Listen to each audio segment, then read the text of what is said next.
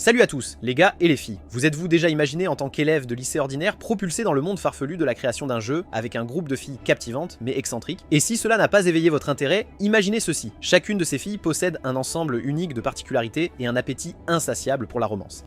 Bienvenue dans le monde enchanteur de Sakano. Comment élever une petite amie ennuyeuse? Notre histoire commence avec Tomoya Aki, notre protagoniste, qui descend une colline à vélo, poursuivant une casquette emportée par le vent. Quand il la rattrape, il lève les yeux et est fasciné par le propriétaire de la casquette. Le temps passe et nous voyons Tomoya se réveiller tôt dans sa chambre d'otaku. Il a même une affiche d'Oreimo, un animé harem populaire. Apparemment, il a plusieurs emplois et même son voisin sait qu'il est un otaku. Ensuite, nous faisons la connaissance d'Ariri Spencer Sawamura, son amie d'enfance, et d'Utaha Kasugika, une amoureuse des livres qui ne semble pas s'entendre avec Ariri. En classe, un des camarades de classe de Tomoya admire secrètement Ariri de loin, et il le critique pour aimer les filles réelles ou les filles en 3D, alors qu'il préfère les filles en 2D comme un véritable otaku. Plus tard, Ariri profite d'être seule pour récupérer un jeu érotique que Tomoya lui avait obtenu en échange d'un service. Elle se sent mal à l'aise car elle ne veut pas être vue avec lui, mais il lui demande de parler avant la cérémonie. Ariri accepte et il propose de créer un jeu en faisant référence à la scène avec la fille à la casquette qui l'avait inspiré. Cependant, Ariri ne veut pas être impliqué dans ces fantasmes ressemblant à ceux des animés. Il essaie de la convaincre, prétendant être le meilleur en dessin, et secrètement un otaku qui crée des dessins pour adultes, ce qui la fait rougir. Il lui rappelle leur promesse d'enfance, mais Ariri lui dit de le faire seul.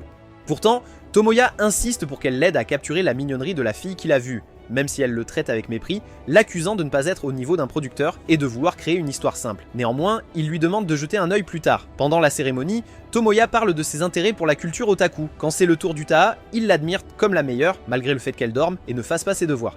L'ami de Tomoya l'admire le plus, alors qu'il ne s'intéresse qu'aux filles en 2D. Maintenant sur le toit, Tomoya trouve Utaha en train de lire et s'assoit à côté d'elle, lui offrant de la nourriture. Il essaie de la recruter pour son jeu, mais elle le rejette et le rabaisse. Tomoya essaie de parler gentiment pour la persuader, lui rappelant qu'elle l'a encouragée et qu'elle est la meilleure pour écrire des romans. Il part, lui demandant de le voir après les cours.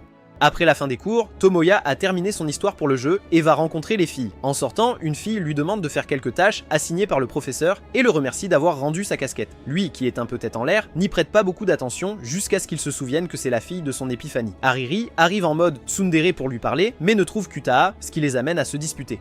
Pendant ce temps, alors que Tomoya se souvient de l'incident du chapeau, il se précipite pour parler à la belle fille, qui s'avère être sa camarade de classe, mais il ne l'avait pas reconnue. Eh bien, ce gars est dans la lune. Tomoya rencontre la fille avec une casquette qui s'appelle Megumi Katu à un café et réalise seulement alors qu'elle est assez attirante pour tomber amoureux. Mais étrangement, elle n'est pas assez remarquable pour se démarquer. Il est surpris que Megumi l'ait reconnue malgré son statut d'otaku de bas niveau, mais elle révèle que pour tout le monde, il est l'une des 3 célébrités de l'école parce qu'il a réussi à introduire des romans légers dans la bibliothèque. Elle ne se démarque pas et est juste une fille ordinaire parmi la foule. Cela le met en colère et il devient intense, lui demandant d'avoir une meilleure personnalité pour devenir l'héroïne de son jeu. Megumi pense qu'il lui avoue ses sentiments, mais il veut seulement qu'elle soit l'héroïne de son jeu. Elle demande s'il sort avec les 2 filles les plus attirantes de l'école, mais il le nie parce qu'il ne s'intéresse qu'aux filles en 2 dimensions. C'est seulement alors qu'il se rend compte que les 2 principales waifus le regardaient de l'extérieur. Les filles entrent et s'assoient à sa table, ce qui met Megumi mal à l'aise en présence des 3 célébrités de l'école. Il les présente comme son équipe pour créer le jeu et inclut Megumi dans l'équipe. Après que les waifus se soient disputées entre elles, elles rejettent à nouveau son histoire, mais il insiste toujours pour créer l'histoire et inclure Megumi. Il emmène Megumi à l'endroit où il a récupéré sa casquette, mais elle ne semble pas attacher beaucoup d'importance à l'endroit. Puis, il l'emmène chez lui et elle accepte sans hésitation, ce qui l'agace, car il lui fait la morale pour avoir accepté si facilement. Une fois dans sa chambre, il veut que Megumi se comporte comme les filles dans les jeux et lui fait y jouer. Cependant, elle répond avec des réponses normales dans le jeu, ce qui le rend furieux. Néanmoins, dans son mode otaku, il donne à Megumi des instructions sur comment être l'épouse idéale du jeu et réalise où il s'est trompé, ce qui conduit les filles à le rejeter. Megumi est sur le point de partir, mais il l'arrête pour jouer à la suite du jeu qu'ils ont terminé, lui demandant de faire de lui un homme.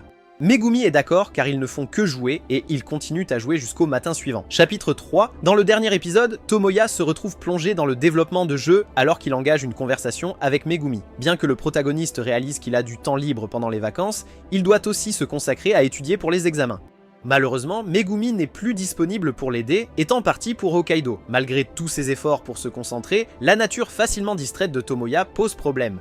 Peu se doute-t-il qu'Eri, embrassant pleinement son côté otaku, se faufile furtivement dans sa chambre pour se livrer à dessiner quelques illustrations osées. Comme le destin l'a voulu, elle a dû s'échapper d'un rassemblement important dans sa propre maison, cherchant refuge dans la chambre du protagoniste. Eri découvre bientôt que Tomoya n'a pas encore terminé l'histoire du jeu. Cependant, il se défend en réfléchissant à leur inexpérience commune durant l'enfance. Si Eri peut maîtriser l'art du dessin, Tomoya croit qu'il peut devenir un directeur de jeu professionnel. Ces mots réveillent les tendances tsundere d'Eri, mais leur moment est interrompu par l'arrivée d'Utaha. Eri se cache précipitamment, tandis que Tomoya cache discrètement ses affaires. Utaha, jouant subtilement de la séduction, entre dans la pièce sous le prétexte de déguster des pâtisseries ensemble. Elle offre son réconfort à Tomoya, mais se sent bientôt frustrée en se remémorant les inconvénients d'être écrivain. Espérant obtenir plus de temps, Tomoya implore Utaha, comptant sur le pouvoir de son histoire en cours pour la convaincre de l'aider. Cependant, Utaha refuse sa demande de prolongation, mais attend avec impatience son prochain geste. Avant de partir, Utaha lui conseille de donner la priorité au dévouement de leur équipe et mentionne malicieusement la nécessité de cacher le vélo d'Eri, provoquant la colère d'Eri lorsqu'elle sort de sa cachette et s'enfuit en colère. Déterminée à apaiser les inquiétudes de Megumi concernant la date limite qui approche, Tomoya la contacte pour lui offrir des mots de motivation. Encouragée par son soutien, Megumi revient portant les mêmes vêtements et chapeaux qu'avant, prête à devenir la protagoniste de son jeu. À la surprise de Tomoya, elle révèle qu'elle a convaincu Eri de concevoir des costumes et a sollicité l'aide de Utaha pour le doublage et le jeu d'acteur. Bien que Tomoya ne comprenne pas entièrement les intentions de Megumi, il reconnaît son désir sincère de l'aider à réaliser son rêve. Tomoya promet de libérer Megumi juste à temps pour qu'elle puisse atteindre l'école le lendemain, observé à son insu par Utaha et Eri, qui se plaignent des défis de la collaboration en regardant Megumi s'éloigner avec le protagoniste. Utaha engage une conversation téléphonique concernant la soumission de son prochain roman et une interview qu'elle souhaite initialement décliner. Cependant, la personne mystérieuse de l'autre côté réussit à la convaincre, nous laissant dans l'ignorance de ses paroles persuasives. Après avoir apprécié les romans recommandés par Tomoya, Megumi les reçoit en cadeau de sa part. À sa grande surprise, elle découvre qu'Utaha est l'auteur, ce qui la surprend car Utaha s'endort souvent en classe et ne lui donne pas l'impression d'être écrivain. Tomoya ne peut s'empêcher d'admirer Utaha, attendant avec impatience ses œuvres futures. Lors de l'entretien d'Utaha, il est révélé que l'intervieweur n'est autre que Tomoya. Son éditeur a organisé la rencontre en connaissant la nature acerbe d'Utaha avec les étrangers. Malgré le désir initial d'Utaha de refuser l'entretien, Tomoya la supplie de continuer. Tout au long de l'entretien, Utaha lutte pour rester éveillée en raison d'une nuit blanche passée à écrire son roman. Cependant, après quelques vers, elle se réveille et parvient à répondre aux questions avec un enthousiasme minimal. L'intervieweur révèle que c'était le blog de Tomoya qui a propulsé les œuvres d'Utaha vers la célébrité. Finalement, Utaha devient plus sérieuse, exprimant sa gratitude envers ses lecteurs pour leur soutien. Elle révèle également sa décision de rejoindre le projet de Tomoya, ce qui le rend immensément reconnaissant. De retour à l'école, Eri arrive, incarnant sa personnalité tsundere, pour découvrir qu'Utaha est déjà présente. Apprendre que Tomoya a charmé Utaha pour accepter l'interview, met Eri en colère, la poussant à le frapper avec ses couettes.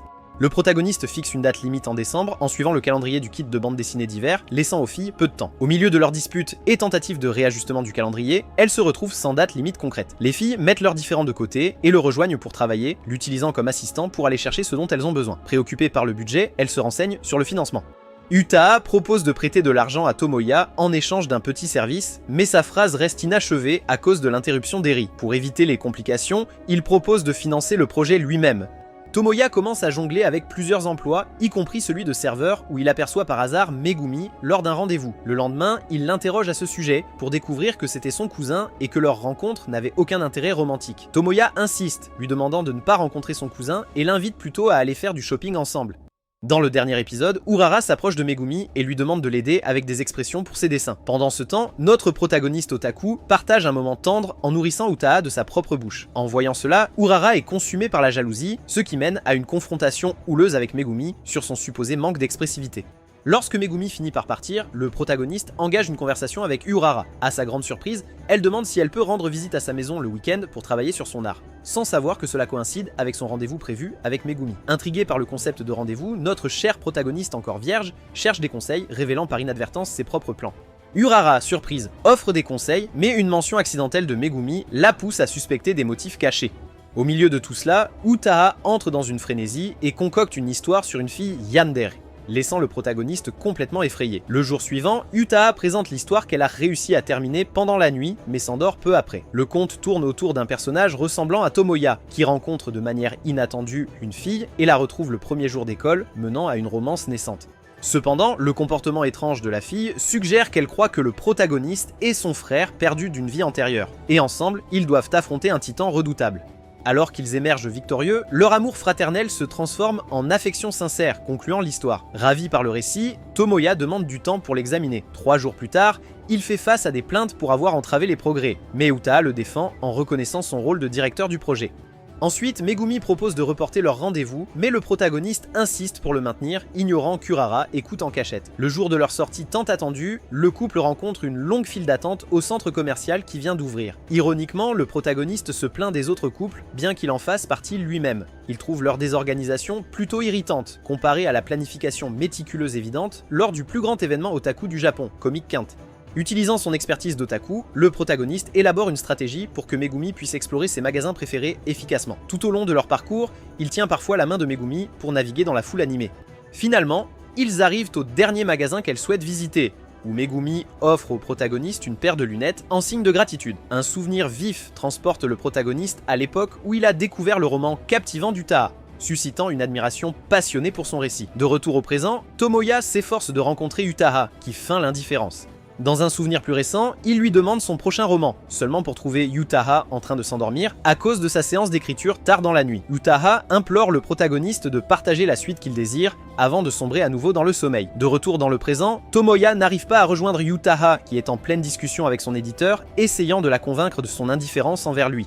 Alors que la pluie commence à tomber, l'éditeur d'Utaha part à la recherche d'un parapluie. Un autre souvenir refait surface, montrant Utaha demandant l'avis du protagoniste sur son roman avant de le publier. Cependant, il refuse de le lire, car il souhaite que ce soit les émotions d'Utaha, et non les siennes, qui imprègnent les pages. Perdu dans ses pensées, le protagoniste réfléchit à la façon dont il peut obtenir le pardon de Yutao, se remémorant le moment où elle lui a demandé d'attendre le prochain volume, ce qui a conduit à 6 mois de silence entre eux, et se rappelant de son séjour dans un hôtel pendant cette période. Échoué sans service de train à cette heure tardive, le protagoniste arrive à l'hôtel où Utaha et son éditrice séjournent, trempés par la pluie. Gentiment, ils lui permettent d'utiliser leur douche pour se sécher. Soudainement, l'éditrice révèle qu'elle a réussi à obtenir une chambre double en réorganisant leurs hébergements. Pendant qu'Utaha prend une douche, le protagoniste réalise qu'il passera la nuit dans la même chambre qu'elle. Quand Utaha sort de la salle de bain, le protagoniste énumère les raisons pour lesquelles ils ne devraient pas être ensemble, mais elle s'accroche à lui avec insistance. À cet instant, le protagoniste rassemble son courage et la supplie de faire de lui un homme, choisissant mal ses mots et demandant sans le vouloir son aide en tant que créatrice à la place.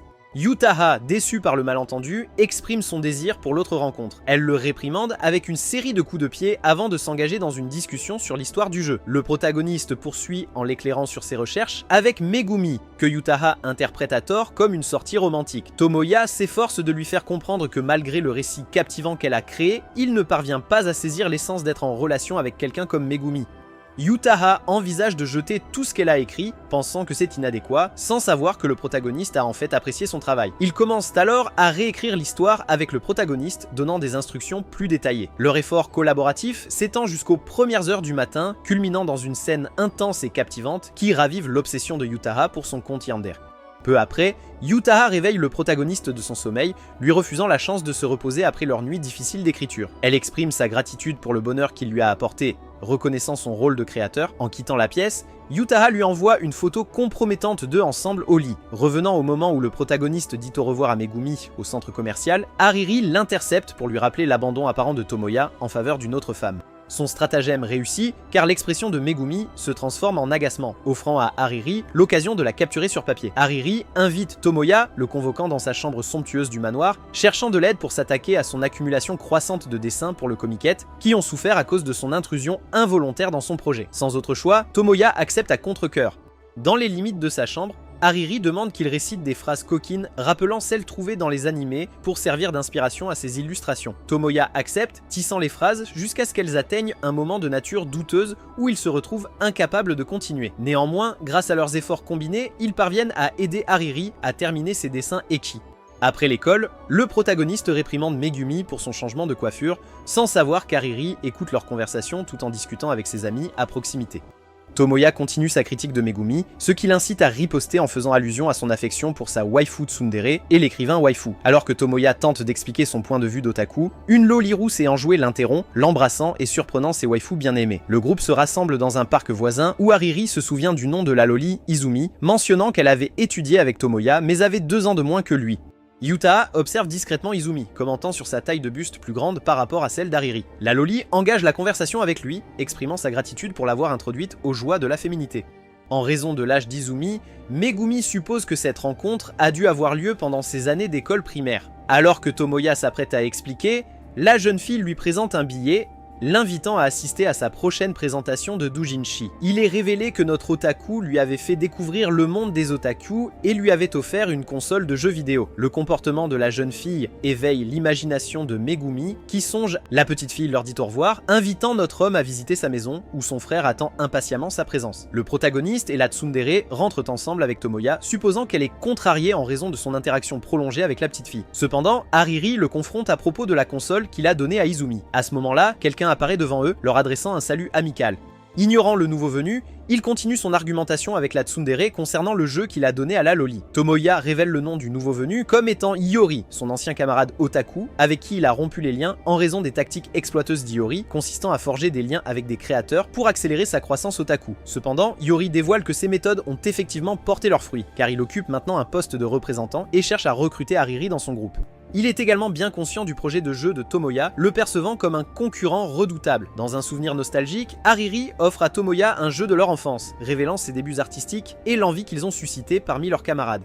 De retour au présent, Hariri languit dans sa chambre, accablé par l'ennui et la chaleur. Plus tard, lorsque Yumi rend visite à Tomoya et le découvre aidant Hariri avec ses dessins pour Comiket, il devient évident qu'Hariri prend du retard avec les impressions, mais elle reste silencieuse sur les raisons, malgré l'aide de Tomoya pour respecter les délais. Malgré l'avertissement d'Hariri concernant le Comiket comme étant le summum de la culture otaku, lorsque Yumi montre un véritable intérêt. Par la suite, alors qu'ils poursuivent leur travail collaboratif, lorsque Yumi s'immerge dans un jeu dans la chambre de Tomoya, Hariri est captivée, son attention est attirée par le jeu, et elle verse même des larmes lorsqu'elle atteint un moment poignant mettant en scène son personnage bien aimé. Ensuite, ils reprennent leur travail avec un regain de concentration. L'otaku réfléchit à la possibilité qu'Hariri poursuive une carrière artistique professionnelle, se souvenant de la proposition d'Iori. Cependant, à ce moment précis, Hariri termine son dessin et se plonge avec enthousiasme dans le jeu, poussé par son désir ardent.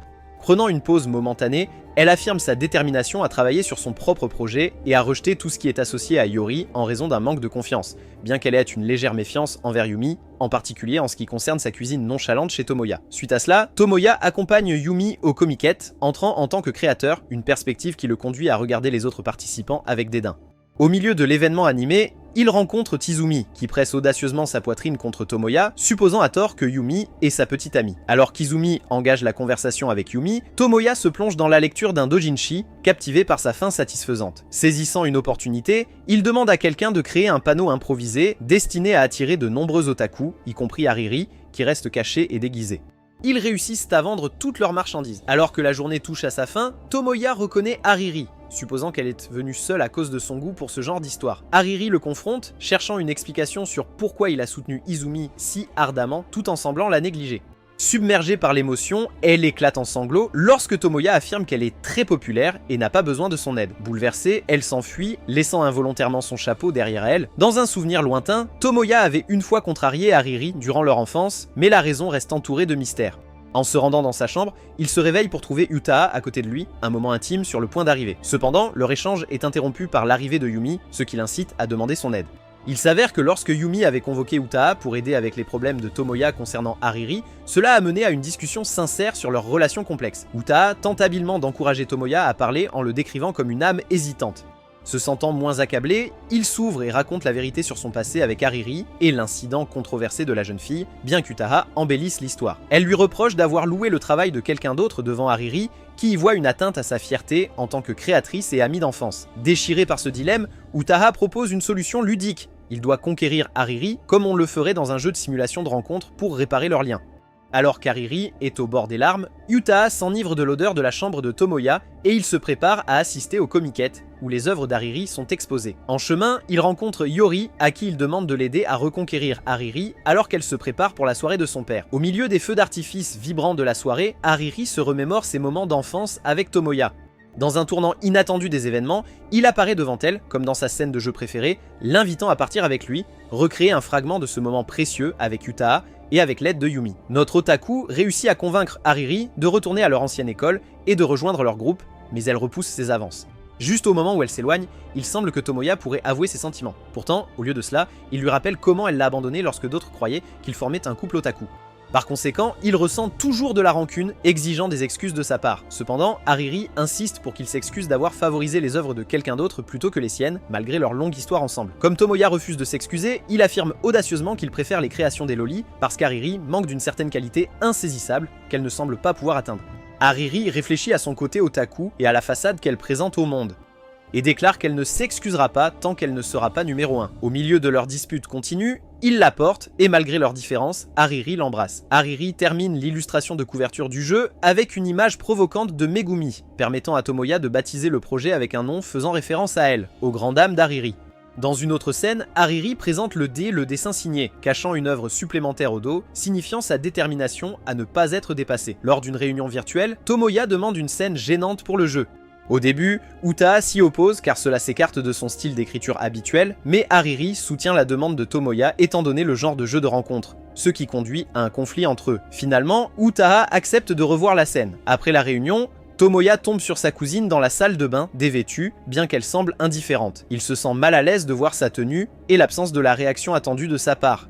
En retournant dans sa chambre, sa cousine se pare de manière provocante, prenant des poses suggestives, tout en révélant son intention de rester avec lui temporairement, en raison d'un différend avec son père, le tout approuvé par les parents de Tomoya. Tomoya s'y oppose, inquiet de sa tenue et de la perspective d'être seuls ensemble. Profitant de la situation, son cousin le taquine en plaisantant, menaçant de le dévorer. Dans une autre scène à l'école, la nuit agitée de Tomoya et les poses difficiles de son cousin le poussent à s'endormir à côté de Megumi, ce qui incite Yutao à saisir l'occasion de le rejoindre. Cependant, il repousse ses avances, ne voulant pas perturber leur travail inachevé. La proximité d'Uta devient trop pour Hariri, qui l'enferme dans une salle de classe donnant sur la cour de l'école. Elles procèdent à la planification d'une scène et discutent de la programmation du jeu. Hariri propose son aide, mais Uta tente de la dissuader, jugeant cela comme une démonstration d'affection excessive. Pendant ce temps, ils réfléchissent à la musique du jeu, mais ont du mal à trouver des idées. À ce moment-là, il reçoit un message de son cousin demandant l'heure de son arrivée, lu par mégarde par Megumi, ce qui provoque une jalousie intense chez Hariri. Uta interroge Tomoya, le poussant à révéler leur date de naissance et hôpital commun, permettant à Uta de tirer des conclusions sur leur passé commun tout en sapant le statut d'Hariri en tant qu'ami d'enfance. En retournant dans sa chambre, Tomoya découvre sa cousine dormant dans son lit, ayant apporté leurs affaires et jeté quelques-unes de ses affaires. Alors qu'il récupère ses affaires, sa cousine adopte avec amusement une dynamique de couple marié et tente de le dissuader d'être un otaku en lui proposant de lui présenter des filles de son école et en l'invitant à des sorties de groupe. Il refuse ses propositions car il est déterminé à poursuivre ses rêves d'otaku, une entreprise que son cousin juge futile, lui faisant la leçon de manière maternelle. Tomoya se dirige vers la douche et son cousin commence à jouer de la guitare en utilisant l'amplificateur. Alarmé par le bruit, Tomoya se précipite hors de la douche, vêtu seulement d'une serviette pour intervenir. Cependant, alors qu'il écoute attentivement la mélodie, des souvenirs des moments qui ont inspiré la création du jeu inondent son esprit. Ému, il implore son cousin de l'aider avec le jeu, coïncidant avec la chute intempestive de la serviette, laissant son cousin fixer son pénis. Dans l'avant-dernier épisode, Tomoya présente Mikiru aux filles du groupe en tant que manager musical. Cependant, Mikiru le surprend en le saisissant par le col, l'étouffant avec sa poitrine. Elle n'a pas encore accepté le rôle et ses actions frustrent Hariri qui se sent impuissante face à la nouvelle fille que Tomoya connaît depuis l'enfance. Tomoya insiste auprès de sa cousine pour qu'elle s'occupe de la musique du jeu, mais elle rejette l'idée. Uta, ayant déjà été dans une situation similaire, n'est pas convaincu d'inclure quelqu'un qui ne veut pas être impliqué. Uta se sent attaquée lorsque la cousine mentionne ne pas vouloir faire des choses otaku, pensant qu'elle les méprise ou les insulte. Cependant, la cousine explique que c'est parce qu'elle ne peut pas suivre la culture otaku et ne voit pas Tomoya comme un otaku. Elle partage ensuite une histoire d'enfance où elle s'est perdue et il l'a sauvée et portée quand ils étaient enfants. Plus tard, quand les autres filles sont parties, Tomoya se retrouve seule avec Mikiru qui vient de prendre un bain. Il exprime son désir qu'elle rejoigne le projet, mais elle comprend mal et pense qu'il veut avoir sa première fois avec elle. Après avoir clarifié le malentendu, la cousine explique qu'elle a aussi son propre rêve et groupe, donc elle ne peut pas l'aider à moins qu'il ne trouve un manager dévoué. Tomoya propose son aide à la cousine, qui accepte mais lui demande d'arrêter son jeu pour la soutenir pleinement. Tomoya refuse, mais la cousine insiste en expliquant que les autres filles ne le prennent pas au sérieux et ne participent que grâce à son influence.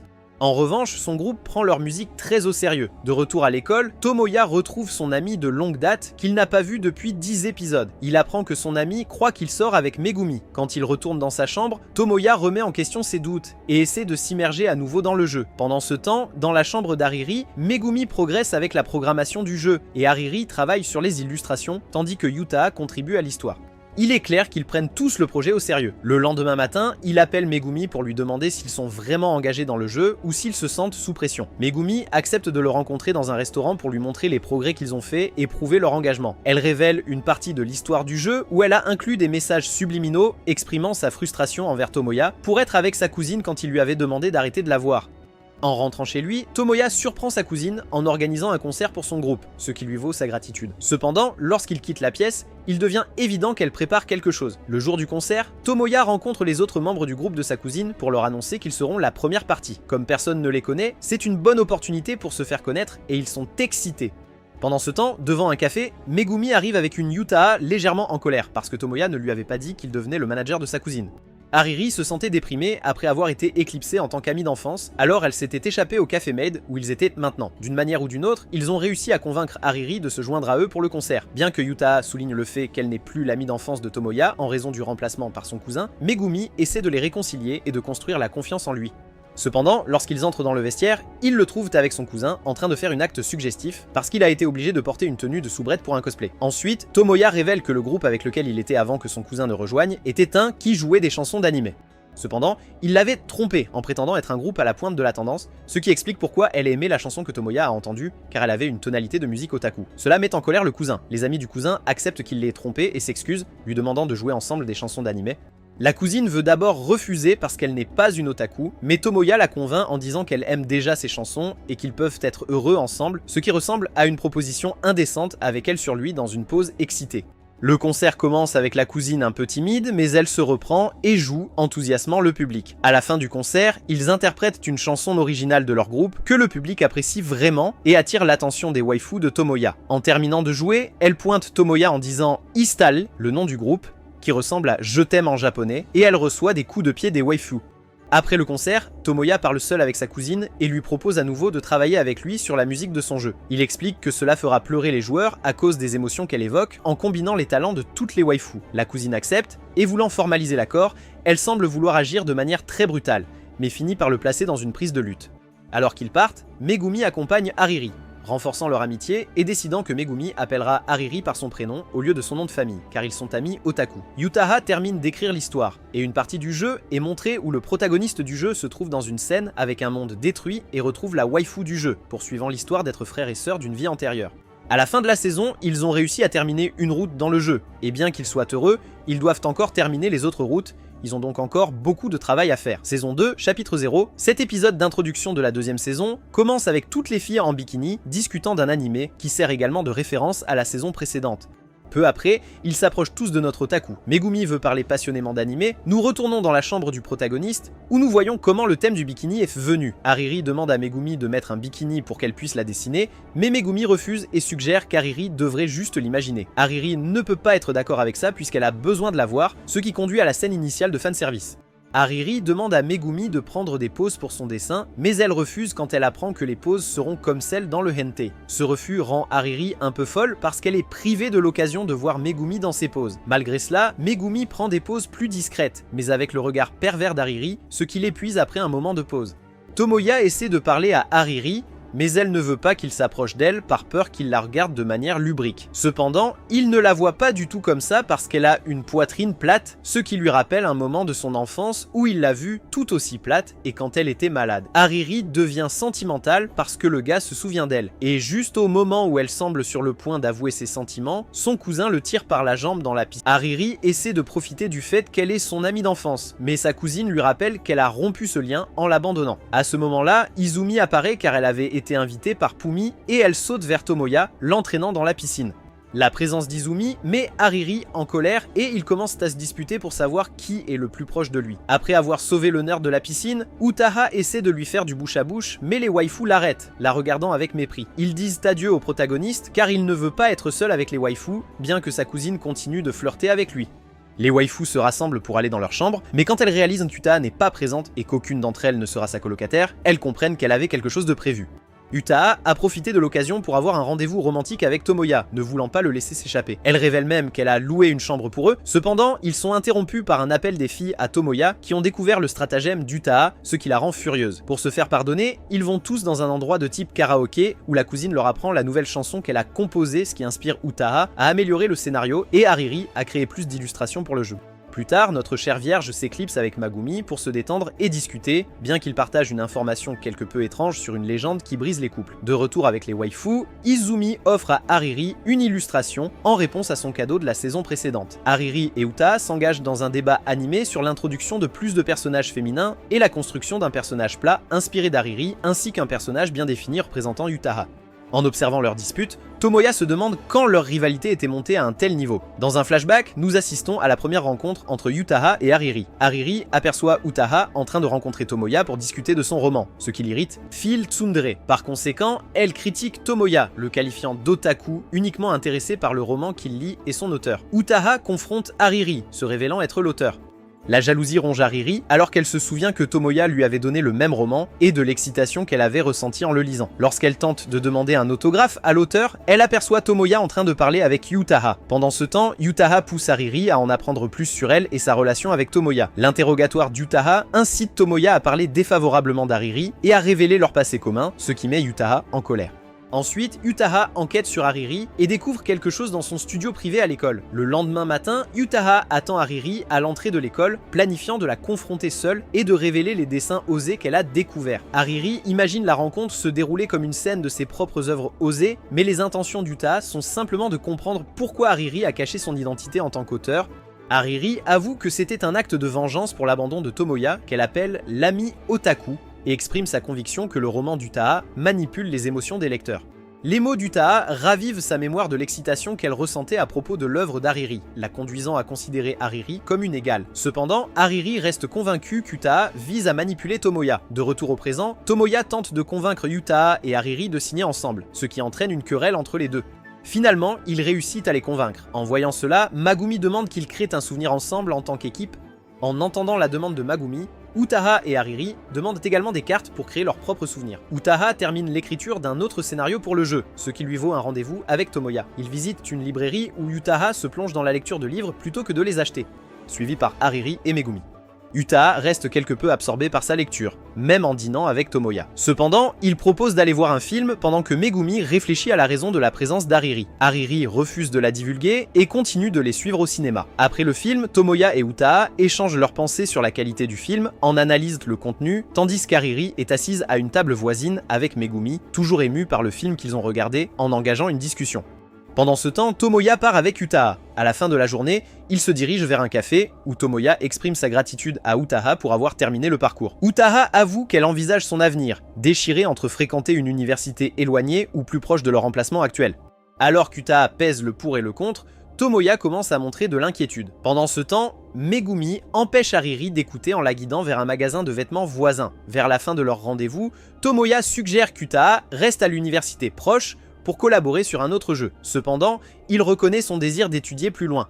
Utaha lui remet une clé USB contenant une histoire alternative pour le jeu, lui demandant de la lire puis de lui indiquer quelle université elle devrait choisir. Utaha fait ses adieux à Tomoya, murmurant quelque chose qu'il n'entend pas. À l'heure convenue, Ariri et Megumi arrivent chez Tomoya mais ne reçoivent aucune réponse. Craignant qu'il ait passé la nuit avec Utaha, Ariri cherche une clé pour entrer dans la maison, ignorant que Megumi en possède déjà une. En entrant dans la chambre de Tomoya, il le trouve en larmes en lisant le scénario écrit par Utaha. L'histoire alternative dépeint une intense relation entre frères et sœurs, avec une fin où le protagoniste du jeu doit choisir entre sauver sa sœur ou sauver le monde. La sœur se sacrifie pour sauver son frère, concluant l'histoire et émouvant Tomoya aux larmes. Tomoya adore tellement le parcours qu'il désire l'incorporer dans le jeu, bien qu'il réalise que cela nécessiterait un effort considérable. Malgré son excitation pour l'histoire, Ariri refuse de faire d'autres modifications. Cependant, elle laisse finalement la décision à Tomoya et révèle par inadvertance qu'elle avait assisté à son rendez-vous avec Utaha. Ariri essaie de demander l'aide de Megumi, mais Megumi est absorbé par un jeu apparemment développé par le groupe Diori, qui partage un thème similaire avec le jeu de Tomoya. Dans le dernier épisode, Tomoya, avec Ariri et Megumi, rencontre Yori, qui dévoile son arme secrète, sa sœur Izumi. Cependant, leur conversation est interrompue lorsque Megumi engage avec une nouvelle fille, la faisant revenir à un comportement plus enfantin. Après que tout le monde se soit calmé, Iori révèle qu'il a copié le scénario de leur histoire, ce qui bouleverse beaucoup Tomoya. Le fait que le groupe d'Iori ait plus de ressources et de soutien ajoute également à la frustration de Tomoya. Soudainement, Izumi annonce qu'elle a demandé à son frère de créer le même jeu, voulant rivaliser avec Ariri sur un pied d'égalité. Cette déclaration déclenche une rivalité féroce entre Ariri et Izumi, alors qu'elles s'efforcent toutes deux d'être la meilleure illustratrice pour le jeu. Alors que Tomoya reste confiant dans sa victoire avec Yuta à ses côtés, l'assurance d'Iori commence à ébranler sa détermination. À l'école, Tomoya confie à Megumi ses inquiétudes concernant les intentions d'Iori. Cependant, Megumi part brusquement pendant qu'il parle, le laissant réfléchir seul. Alors que la journée scolaire touche à sa fin, Megumi révèle à Uta que Tomoya est toujours indécis après avoir lu les derniers changements qu'elle a fait, ce qui rend Uta mal à l'aise. De retour à la maison, Megumi relit l'histoire alternative, essayant de comprendre ce qu'elle voulait communiquer à notre otaku. Lui aussi a du mal à comprendre le chemin alternatif, mais il pense qu'en y jouant lui-même, il pourrait y voir plus clair et l'aider à prendre une décision. En entendant cela, Megumi décide d'incorporer ce choix dans le jeu. Le matin suivant, Megumi se sent découragé de ne pas avoir pu inclure l'itinéraire alternatif et réalise qu'ils ne pourront pas terminer le jeu en 2 jours, même avec l'aide de Tomoya. Frustrée, elle décide de faire une pause. Pendant ce temps, le cousin de notre protagoniste le taquine, supposant à tort qu'ils ont passé la nuit à faire autre chose. Quand Megumi se réveille, elle se confie à son cousin sur la situation, trouvant un certain réconfort. Cependant, Tomoya élabore un plan pour impliquer les membres du groupe de son cousin, qui sont également des otaku et possèdent quelques connaissances en informatique, sauf son cousin. Il a recours au chantage, menaçant de cesser d'être leur manager s'ils refusent de l'aider. Tomoya parvient à obtenir l'aide d'Ariri avec quelques ordinateurs, mais il devient évident qu'elle a des difficultés avec les illustrations. Après avoir travaillé sans relâche dans la chambre de Tomoya, quand Tomoya essaie le jeu lui-même, il réalise que quelque chose ne va pas et organise une réunion privée avec Yutaha pour exprimer son mécontentement, jugeant l'état actuel du jeu comme étant de la camelote. Cela commence avec la quête de Megumi pour trouver Tomoya et lui expliquer qu'elle comprend maintenant les intentions de Yutaha derrière le nouvel itinéraire. Cependant, lorsqu'elle le cherche sur le toit, elle tombe sur lui en train d'être corrigé par Yutaha et décide de ne pas les interrompre. Dans une salle de classe transformée en maid café, Tomoya rencontre Yutaha. Il lui montre que son écriture ne fonctionne pas bien pour un jeu de drague, ce qui provoque la colère d'Yutaha et crée de l'agitation parmi les maids. La mauvaise humeur de Tomoya, car le jeu ne répond pas à ses attentes, rappelle à Yutaha le jour où il a refusé de lire son roman avant publication, ce qui l'a mené aux larmes.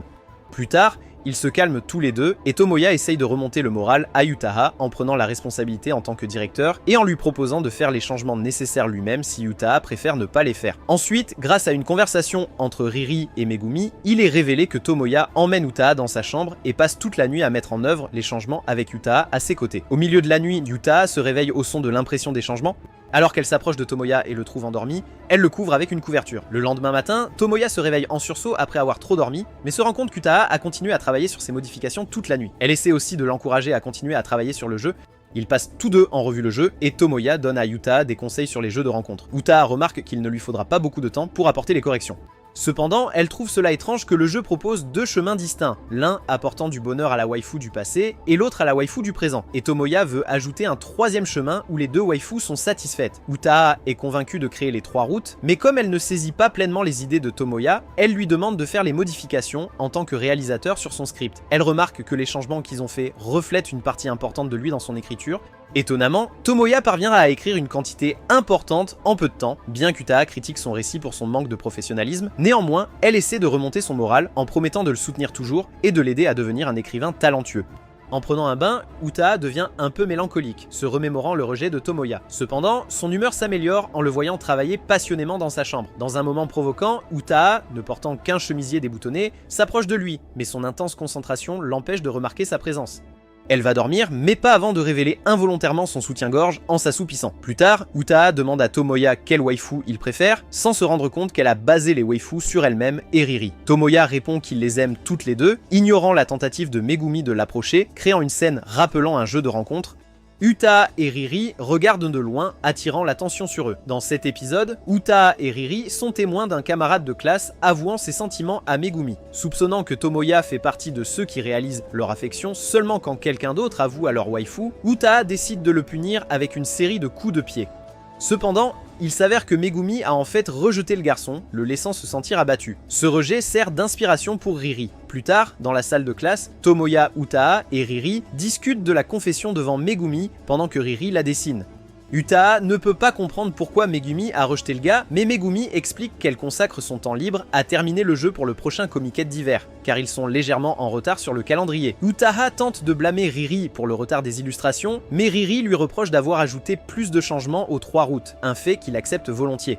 Notre otaku doit alors défendre Riri des critiques d'Utaha, et la convaincre de livrer les illustrations à temps. Pour cela, Riri se retire dans un manoir isolé à l'extérieur de la ville où elle peut travailler sans distraction, promettant de respecter la date limite et gardant à l'esprit leur rivalité avec les autres. Lundi, Tomoya rencontre Utaha et Megumi. Utaha attise son anxiété en soulignant que Riri les évite et met en garde contre de possibles contretemps. Lorsqu'il rentre chez lui, Megumi lui propose de rendre visite à Riri pour s'assurer qu'elle est sur la bonne voie, mais il refuse l'offre, invoquant le besoin de travailler seul sur le jeu. Megumi laisse son emploi du temps ouvert au cas où il changerait d'avis et exprime également sa curiosité pour les différentes filles qu'il a dans sa chambre chaque week-end. De retour dans sa chambre lors d'un appel vidéo avec Riri, Tomoya ne reçoit qu'une seule illustration et Riri admet que le progrès est plus lent en raison de l'autre route qui semble avoir été créée par un auteur différent. L'ex-vierge accepte cela sans se plaindre. Mardi, il rencontre Utaha qui alimente à nouveau son anxiété en mentionnant que Hariri suit le schéma attendu et pourrait ne pas livrer à temps. Utaha devient hostile envers Tomoya lorsqu'elle se rend compte qu'il ne croit pas pleinement aux capacités d'Hariri et ne la considère pas comme une professionnelle capable de progresser. Plus tard dans la soirée, lors d'un appel vidéo avec Hariri, elle avoue qu'elle n'a pas fait de progrès avec les dessins et se blâme pour le manque d'amélioration.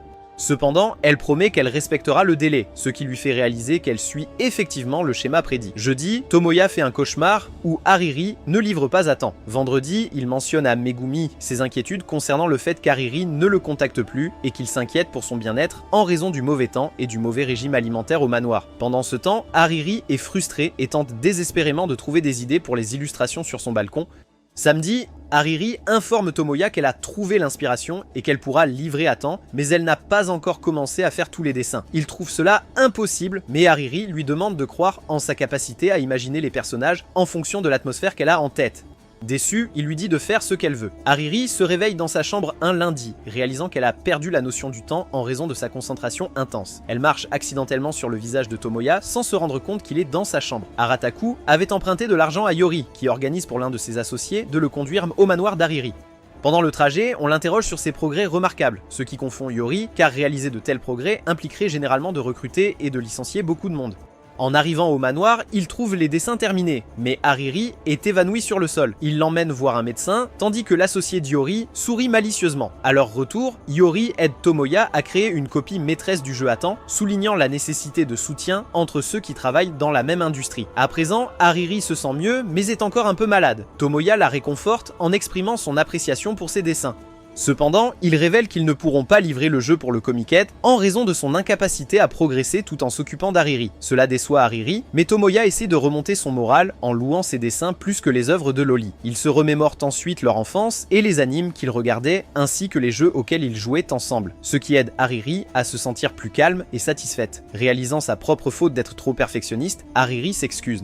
Malgré un emplacement défavorable et le dernier jour du Comiket, ils parviennent à présenter le jeu terminé à leur stand. Ils se sentent joyeux en sachant que chacun a fait des efforts. Plus tard, notre chère vierge et Hariri rendent visite au stand d'Yori pour exprimer leur gratitude pour son aide. Hariri parle avec Izumi, acceptant sa défaite mais jurant de continuer à s'efforcer de la surpasser, tandis que Tomoya engage une conversation avec Yori. À sa grande surprise, il découvre que la démonstration de leur jeu est devenue une tendance. De retour à leur stand, ils se rendent compte qu'il y a une forte demande pour leur jeu, et il est épuisé en 30 minutes. En rentrant chez eux, Tomoya demande à Megumi de célébrer ensemble, mais elle le rejette et se montre froide. Confus, il insiste, et Megumi avoue qu'elle est contrariée parce qu'il n'a pas demandé son aide ni informé de la situation d'Hariri ou de la date limite pour le jeu. Elle se sent insignifiante pour lui. Après une période de vente réussie, Tomoya révèle à Hariri que la popularité de leur jeu repose en grande partie sur son illustration et le récit de Utaha. Il lui demande une illustration unique pour susciter plus d'intérêt. Travaillant avec diligence, Hariri a une révélation soudaine après l'avoir terminé.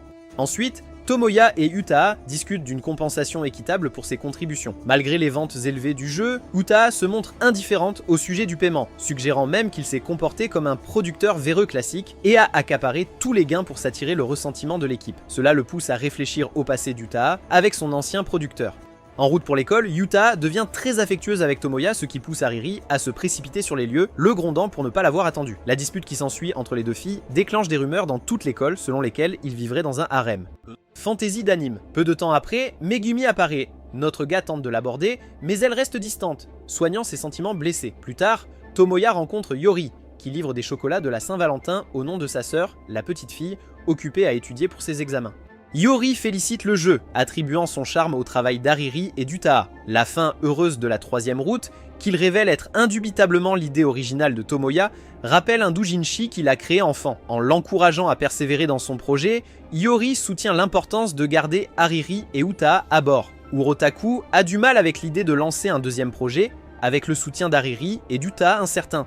Quand il demande conseil à Megumi, elle reste distante. Alors que la Saint-Valentin se déroule, il reçoit des chocolats d'une Ariri, apparemment tsundere, le prenant par surprise. Tomoya révèle qu'il est toujours en désaccord avec Megumi. Ariri essaie de prendre la responsabilité, mais Tomoya la protège. Il essaie de la motiver pour le projet à venir, mais elle demande du temps pour se remettre de sa culpabilité d'avoir manqué la date limite de livraison. Lors d'une rencontre ultérieure avec Utaha, il loue son dernier roman et attend avec impatience sa séance de dédicace. Elle propose de manière coquette de signer tout son corps. Après lui avoir offert son cadeau de la Saint-Valentin, Utaha partage ses plans pour la suite de son roman et son intention de quitter l'école pour se concentrer sur l'université. Lorsque Tomoya aborde le sujet de leur prochain projet, elle semble plus préoccupée par l'idée d'inclure Ariri, inquiète de son inactivité prolongée après la fin du jeu. Après l'école, Tomoya aperçoit une Megumi solitaire dans un café et lui envoie une invitation pour planifier leur prochaine aventure. De retour dans sa chambre, il rejoue à leur jeu, devenant ému par l'apport méticuleux et le dévouement de Megumi, ce qui renouvelle son engagement envers le prochain projet et envers Megumi. Après les cours, Megumi tente de s'éclipser, mais est intercepté par Tomoya qui insiste pour qu'ils se rencontrent. Il l'accompagne dans la salle audiovisuelle où, sous prétexte de la coincer, il dévoile une présentation de sa nouvelle proposition de jeu, mettant en vedette un personnage inspiré de Megumi. Son souhait sincère de collaborer à nouveau avec elle, ainsi que sa reconnaissance des erreurs de direction passées, inspire Megumi. Elle se demande si Ariri accepterait que son personnage soit le protagoniste du nouveau jeu. Tomoya cherche à savoir si la réconciliation a affecté ses sentiments envers lui. Elle le nie, lui rappelant les tâches gênantes qu'il lui a fait entreprendre pour le jeu. Le cher Tomoya vierge réalise enfin qu'il n'est pas dans une simulation de rencontre, où il peut facilement gagner l'affection des filles. Il exprime sa gratitude et ses excuses à Megumi pour avoir été un ami décevant. La découverte de l'amour de Megumi pour leur projet passé le touche, et en réponse, elle accepte en larmes son invitation à travailler de nouveau ensemble. Sur le chemin du retour, Megumi s'enquiert des autres filles et de la dynamique de leur future collaboration. Tomoya, absorbé par la discussion de sa nouvelle idée de jeu, ne remarque pas la scène domestique où Megumi cuisine comme s'ils formaient un couple. Il partage avec animation les détails du jeu, tandis qu'elle le réprimande doucement pour certains aspects négligés. Avant de se retirer pour la nuit, presque ensemble, elle lui remet son chocolat de la Saint-Valentin. Tomoya rencontre Utaha après la remise des diplômes, qui suppose d'abord qu'il souhaite une aventure d'un soir mémorable avant qu'ils ne se séparent. En niant cette hypothèse, il l'emmène dans un café avec l'intention de la recruter à nouveau pour son équipe, avec son aspiration de reformer l'équipe originale pour son projet à venir. Présentant l'histoire qu'il a conçue, Utaha se surprend à l'apprécier, malgré sa ressemblance à l'intrigue banale d'un jeu de simulation de rencontre. Tomoya continue en l'invitant à rejoindre son équipe, mais Utaha s'interroge à propos d'Ariri. Comme il n'a pas encore approché Ariri, Tomoya demande simplement le soutien d'Utaha, même minime. Cependant, elle se sent offensée, doutant de ses capacités en tant que producteur pour ne pas avoir fixé d'attente de travail et de délai. Utaha révèle qu'elle a été approchée par une grande entreprise pour concevoir un jeu populaire et mentionne l'intérêt de la même entreprise à recruter Ariri. Elle exprime un intérêt sincère à collaborer à nouveau avec Ariri. Dans un flashback, Utaha essaie de discuter avec Ariri, qui est contrarié par un malentendu avec Tomoya à propos d'une illustration retardée destinée aux acheteurs du jeu. Ariri blâme son retard sur un rhume simulé, mais il est évident qu'elle a du mal à reproduire la qualité de ses œuvres précédentes pour le jeu de simulation de rencontre. En même temps, Utaha reçoit une offre de son éditeur pour écrire le scénario d'un célèbre jeu pour une entreprise leader, Mars. L'invitation a été motivée par un artiste de manga du groupe Diori qui a été tellement impressionné par la création de Tomoya qu'elle souhaite recruter à la fois l'illustrateur, Ariri, et la romancière, Utaha. Les deux femmes rencontrent des cadres de Mars, bien qu'Ariri ait pour objectif de dissuader Utaha d'abandonner le projet de Tomoya. Cependant, elle rencontre Jessa Chain, une célèbre mangaka qui expose sans détour sa proposition de projet. L'offre impressionnante d'Akane stupéfie à la fois Utaha et Ariri. Elle précise clairement que l'engagement total envers le projet est non négociable et que les deux doivent être impliqués pour que l'accord puisse se faire. Ariri tente de décliner, se sentant inadéquate par rapport au jeu présenté. Mais Akane la réprimande, indiquant qu'Ariri est loin d'atteindre son potentiel artistique. Ariri et Utaha réfléchissent à la proposition d'Akane. Ariri montre de la négativité et de la réticence, en particulier à l'idée de laisser Tomoya derrière elle. Cependant, Utaha remarque qu'Ariri n'a pas complètement rejeté la proposition, et se concentre uniquement sur les aspects négatifs. Toutes deux commencent à envisager les avantages, bien qu'Utaha se sente offensée par la condition que son acceptation dépende de la participation d'Ariri. Elle pense qu'il ne respecte pas les compétences professionnelles d'Ariri, laissant la décision finale à elle. En attendant, Iori réprimande Akane de ne pas avoir consulté Tomoya avant de contacter les filles, bien qu'elle admette que l'audace d'Akane reflète la sienne. Décidant de changer de tactique, Iori opte pour un rôle de productrice plus affable qui valorise la coopération d'équipe. Quoi qu'il en soit, elle prévoit de continuer à collaborer avec des personnes exigeantes comme Akane. Plus tard, Utaha révèle à son éditeur son intention d'accepter la proposition d'Akane, mais aussi son désir de continuer à travailler sur le projet de Tomoya et sur ses romans, malgré l'incertitude quant à la gestion des 3 tâches. L'éditeur, un ancien collègue d'Akane, conseille à Utaha de se préparer au style de travail exigeant d'Akane qu'elle compare à un monstre. Utaha n'est pas préoccupée pour elle-même, mais craint l'impact d'Akane sur Ariri. Pendant une sieste, Ariri réveille Utaha pour montrer une série de croquis qu'elle a réalisés chez elle, démontrant son inspiration artistique retrouvée. Utaha reconnaît le professionnalisme d'Ariri et comprend que son développement en tant qu'artiste est entravé par son attachement émotionnel à Tomoya. Face à la tâche intimidante de rejeter Tomoya pour la 2e fois, la détermination d'Ariri vacille. Avec sa confiance en elle renouvelée et la reconnaissance du professionnalisme d'Utaha, elles forment un lien plus fort, unis dans leur résolution contre Akane. Tomoya rencontre Iori, montrant une acceptation calme du départ potentiel d'Utaha et Ariri vers la grande entreprise, malgré une nuance de tristesse. Iori révèle la décision passée de lui et de sa sœur de quitter la même entreprise pour tracer leur propre chemin, et encourage Tomoya à ne pas abandonner, car se croiser en tant que rivaux serait difficile. En route pour leur rendez-vous, Tomoya demande à Megumi de ne pas en vouloir à Utaha ou Ariri, reconnaissant la valeur de leur opportunité. Cependant, un flashback révèle que Megumi a eu une vive dispute avec Ariri lorsqu'elle a décidé de rejoindre l'équipe d'Akane. Tout au long du rendez-vous, Tomoya suppose que Megumi essaie de remonter son moral sans se rendre compte qu'elle compense le rendez-vous précédemment interrompu avec Utaha. Ils vont faire du shopping pour des vêtements, Megumi cherchant son aide pour la sélection, laissant Tomoya mentalement épuisé. Au fur et à mesure que le rendez-vous progresse, elle lui demande en plaisantant de lui tenir la main comme avant, mais cette fois sans avoir besoin de courir en raison de la foule clairsemée. Tomoya l'emmène alors dans un magasin pour lui présenter un bonnet qu'il avait récupéré dans le premier épisode, un cadeau qu'elle lui avait offert. Débordé d'excitation, Tomoya demande à Megumi d'être à nouveau son principal intérêt amoureux dans son nouveau jeu. Les souvenirs le font pleurer, et malgré les tentatives de Megumi, elle n'arrive pas à le consoler. Sur le point de commencer leur nouveau voyage, Utaha et Ariri sont surpris par l'apparition soudaine de Tomoya, mais ils ne leur souhaitent que bonne chance. Son arrivée aide à réparer la rupture entre Ariri et Megumi. Alors qu'ils se préparent à se dire au revoir, Ariri donne ses lunettes à Tomoya et s'approche pour l'embrasser, seulement pour être interrompu par une table joueuse d'Utaha, menant à une querelle alors que le train part. Les cours reprennent et Megumi remarque Tomoya portant les lunettes d'Ariri sur le chemin de l'école, ce qui provoque un éclat de rire à cause du décalage. Tomoya la taquine sur son retour à sa personnalité initiale, espérant qu'elle continuerait à être dans son personnage de jeu. Pendant ce temps, la plus jeune du groupe révèle qu'elle étudiera dans la même école, tandis que la cousine de Tomoya arrive avec une nouvelle proposition de projet. Cela a attiré l'attention des spectatrices Utaha et Ariri, et leurs plaisanteries joyeuses et rires qui en ont suivi indiquent un retour à la normale alors que la saison se termine. Épisode spécial. Le film reprend les événements de la 2e saison. Il montre que le groupe du cousin a gagné en popularité et a le soutien d'Izumi, la petite fille, et d'Iori, qui s'occupe de la publicité du groupe. Megumi, cependant, éprouve une forte aversion pour Iori, mécontente de son adhésion au groupe sans la consulter. Pendant ce temps, Ariri et Utaha observent les célébrations depuis une table voisine exclue du groupe. Megumi les approche pour les remercier d'avoir assisté au concert. Dans leur conversation, Megumi révèle son animosité envers Iori. La relation toxique entre Utaha et Ariri persiste. Megumi demande à Tomoya une conversation privée, le rassurant de ne pas avoir peur car c'était sa première fois. Mal à l'aise avec le commentaire, le malaise de Tomoya est encore accentué quand Ariri révèle l'histoire du baiser. Bien que Megumi ne semble pas contrariée, elle menace de quitter l'équipe. Pour détendre l'atmosphère, Tomoya révèle qu'il écrit lui-même le scénario. Izumi révèle accidentellement que Tomoya a ajouté 2 autres waifus au jeu ressemblant à Utaha et Ariri. Malgré cela, Izumi reste enthousiaste à propos de tout ce qu'il écrit. Akane se joint à la célébration, mais uniquement pour discuter de travail avec Utaha et Ariri. Au milieu de leur dispute, ils révèlent involontairement des aspects importants du développement du jeu pour résoudre la situation. Akane propose de payer toutes les tables en échange de leur silence. Un matin normal, Megumi entre chez Tomoya et adopte sa routine, allant même jusqu'à préparer à manger. Se sentant coincé dans l'histoire, notre écrivain demande des idées à Megumi.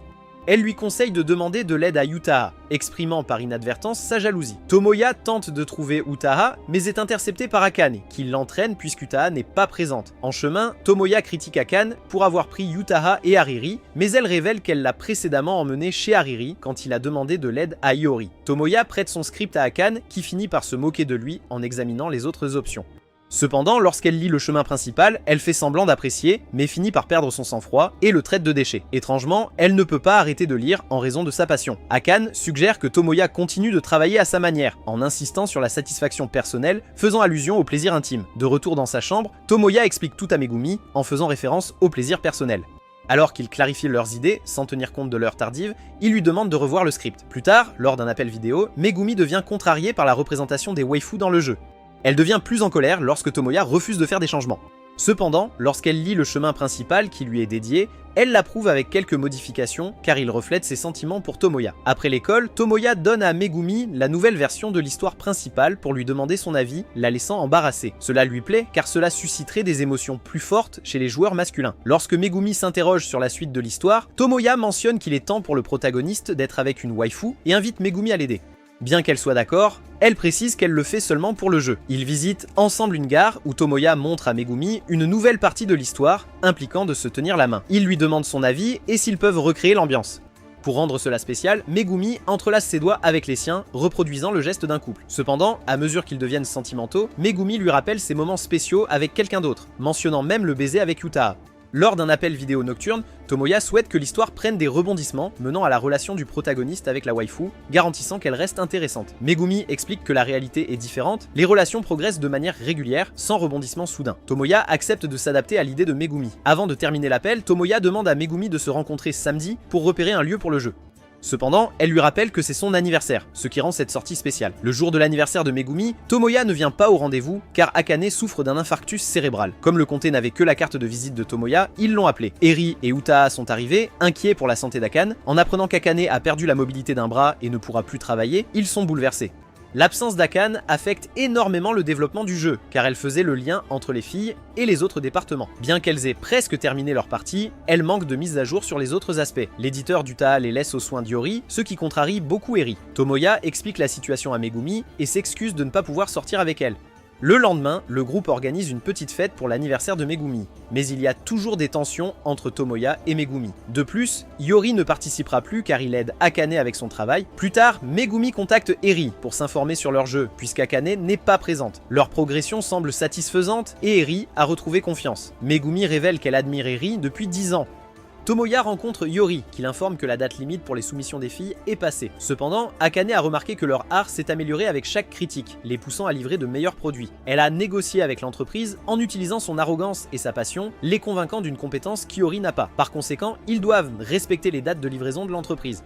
Par conséquent, les filles n'ont plus besoin de travailler car elles utiliseront ce qu'elles ont déjà. Utaa informe Eri qu'on ne leur demandera pas d'autres soumissions car on acceptera ce qu'elles ont et on paiera en conséquence. Cela frustre Eri car elle voulait continuer à dessiner pour s'améliorer davantage. Utaa mentionne que quelqu'un peut plaider pour elle et demander aux producteurs d'accepter plus de leur travail. Tomoya reçoit un appel des waifus et décide d'aller à Gouzaka. Mais avant cela, il parle à Megumi qui lui rappelle de donner la priorité au jeu qu'il crée. Elle dit aussi qu'elle ne peut pas être la petite amie en 2D qu'il désire, ce qui le met en colère. Avant de négocier avec les dirigeants de l'entreprise, Tomoya reçoit des conseils de l'éditeur d'Utaa. En utilisant ces conseils, il entre joyeusement dans la chambre des waifus, ayant obtenu 2 semaines supplémentaires pour qu'elles fassent des changements. Cela les met en colère car elles voulaient 1 mois. Tomoya examine le jeu et exprime son admiration, ce qui renforce leur enthousiasme. Il leur montre ensuite les changements qu'il a négociés avec l'entreprise, y compris une scène supplémentaire sur laquelle il a travaillé avec Akane pendant son processus de rétablissement. Avec Tomoya ne dirigeant plus le groupe, il se tourne vers Megumi pour obtenir des conseils malgré sa colère. Elle préfère suspendre toutes les activités du groupe, mais ils insistent pour continuer le projet. Le cousin suggère qu'Iori les aide. Chez Iori, ils montrent leur progrès et il les approuve. Cependant, Megumi est mal à l'aise en raison de sa relation tendue avec Iori. Dans les jours suivants, Megumi encourage Izumi à se concentrer sur ses dessins alors que le jour de la présentation du jeu approche. Mais Izumi refuse, toujours en colère contre Tomoya. Pendant que les héroïnes principales continuent à faire des modifications, Eri se rend compte qu'elle a complètement retrouvé sa capacité à dessiner lorsqu'elle est près de Tomoya. Elle lui promet qu'elle sera son illustratrice officielle quand elle commencera sa propre entreprise de jeux vidéo. De retour au groupe mené par Iori, il tente de mettre Megumi de mauvaise humeur en discutant de Tomoya, espérant capturer ses expressions à des fins de dessin. Cela ne fait qu'alimenter la jalousie de Megumi, car les autres waifus ont une sorte de relation avec Tomoya, sauf elle. Eri et Utaa terminent leur soumission avec l'aide de Tomoya, ce qui les laisse épuisés. Cependant, il doit se concentrer sur la finition de son propre jeu, qu'il avait précédemment abandonné. Eri suggère que notre otaku la rejoigne à l'entreprise car il est dévoué. Utaha suggère que Eri retourne dans le groupe de Tomoya pour aider avec le jeu, soulignant l'importance de ne pas abandonner leurs rêves. Elle mentionne également qu'ils peuvent l'aider avec sa vie amoureuse car il semble réciproquer les sentiments de Megumi. Eri n'avait pas envisagé cette possibilité, ce qui l'a fait pleurer. Tomoya rencontre Megumi, qui est encore en colère contre lui. Il tente de se racheter en lui montrant qu'il a terminé le scénario et qu'il pourrait encore respecter la date limite. Cependant, Megumi reste contrarié car il a abandonné sa position de leader. Tomoya lui avoue alors ses sentiments, ce qui la laisse légèrement confuse. Il précise qu'il est tombé amoureux d'elle parce qu'il peut être lui-même quand il est avec elle, et elle accepte sa confession. Elle s'accroche à lui, le rendant nerveux, et se met en position pour un baiser. Notre gars hésite d'abord, mais la surprend avec un baiser soudain, suivi d'un autre plus approprié. Tomoya rend visite à Akane, qui a progressé dans sa récupération et s'est adapté à son handicap du bras droit en apprenant à dessiner de la main gauche. Inquiet qu'elle puisse se surmener et finir à nouveau à l'hôpital, Tomoya hésite quand Akane suggère qu'ils travaillent ensemble. Cependant, il refuse l'offre, déterminé à rattraper Eri et Utaha par ses propres moyens. Akane respecte sa décision, mais laisse la possibilité ouverte pour qu'il montre ses projets et qu'il soit soumis à ses moqueries, une perspective qui susciterait sûrement la colère de Tomoya. De retour avec son équipe, notre gars introduit une scène de baiser raté dans le jeu, faisant référence à son premier baiser avec Megumi, à sa grande annoyance. À la surprise générale, Utaho et Eri interviennent pour offrir des corrections, semblant essayer d'aider avec le projet de Tomoya. Cette intervention inattendue perturbe le groupe déjà travailleur. Lors d'une conversation privée avec Eri, Tomoya profite de l'occasion pour s'excuser de son comportement égoïste passé et elle lui rend l'appareil en reconnaissant son propre égocentrisme. Eri lui pose ensuite une question, lui demandant s'il avait des sentiments pour Megumi quand ils étaient enfants. Tomoya est incapable de répondre, mais cela amène Eri une mesure de contentement. Plus tard, quand Hariri rentre chez elle, elle rencontre Megumi et lui propose qu'elles se baignent ensemble dans l'intimité de la salle de bain.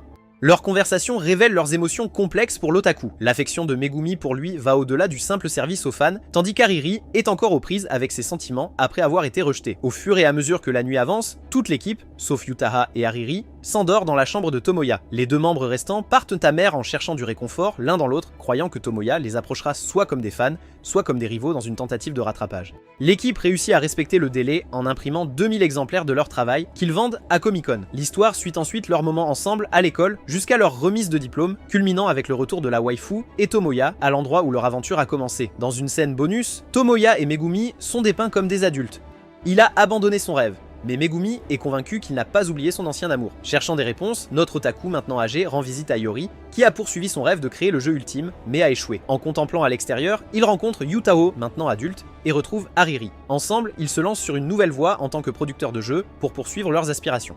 Il est révélé que tout le monde a réalisé ses rêves et formé une équipe, créant une entreprise de jeux vidéo où ils travaillent ensemble en tant qu'amis chez Tomoya. Si tu as aimé cette vidéo, n'oublie pas de laisser un like et de t'abonner pour ne rater aucune vidéo sympa. À la prochaine!